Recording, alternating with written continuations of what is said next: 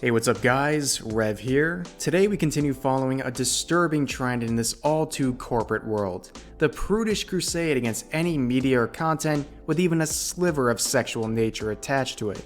Now for those who are familiar with this channel, I've made a series of videos very similar to what we will cover today.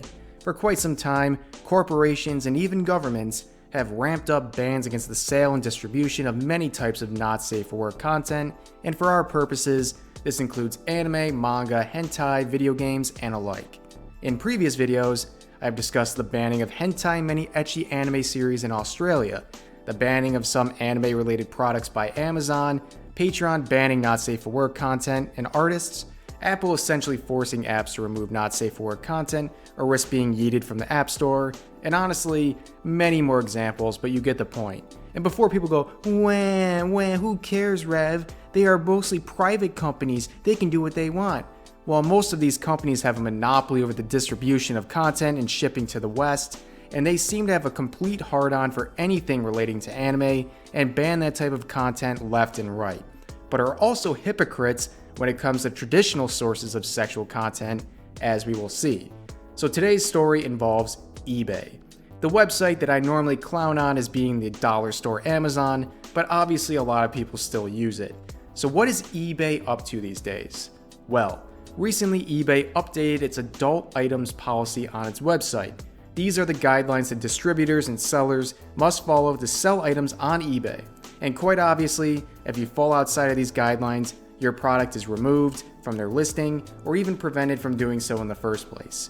As you can predict at this point, the update to the adult items policies have weirdly and arbitrarily targeted anime-related products. Here's a screenshot right from eBay's website. So right off the bat, this rule addresses what they consider adult items with content that is illegal, which is always a very blurred line to draw when you're a company that offers its services to the majority of countries throughout the world, with extremely varied laws and customs, where simple nudity itself might be considered illegal in some parts of the world. But that's not for the purpose of this video, that's just a side note.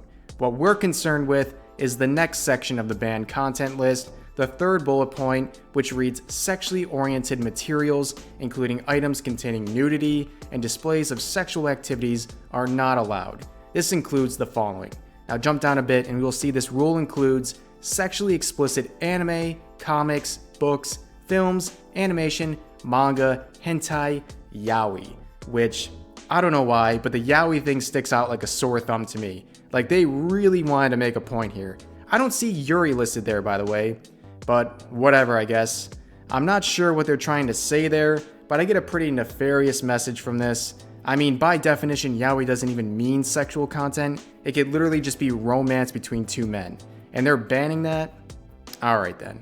Sounds like something out of the 1950s to me, but whatever. And you may be wondering at this point, what is considered sexually explicit in the first place? As normal, you're largely left with the task of filling in the blanks for yourself.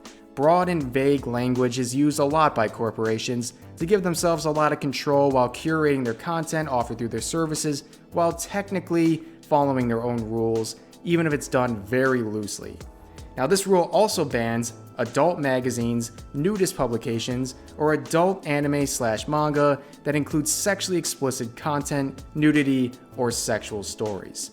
Now here comes the hypocrisy.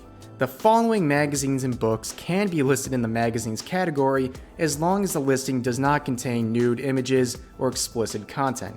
Playboy, Playgirl, Mayfair, and Penthouse.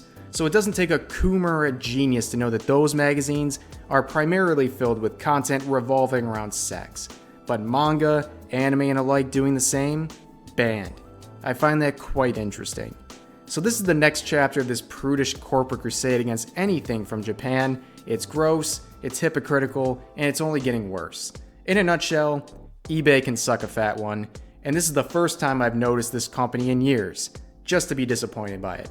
But that's gonna do it for this video. I'll see you guys next time.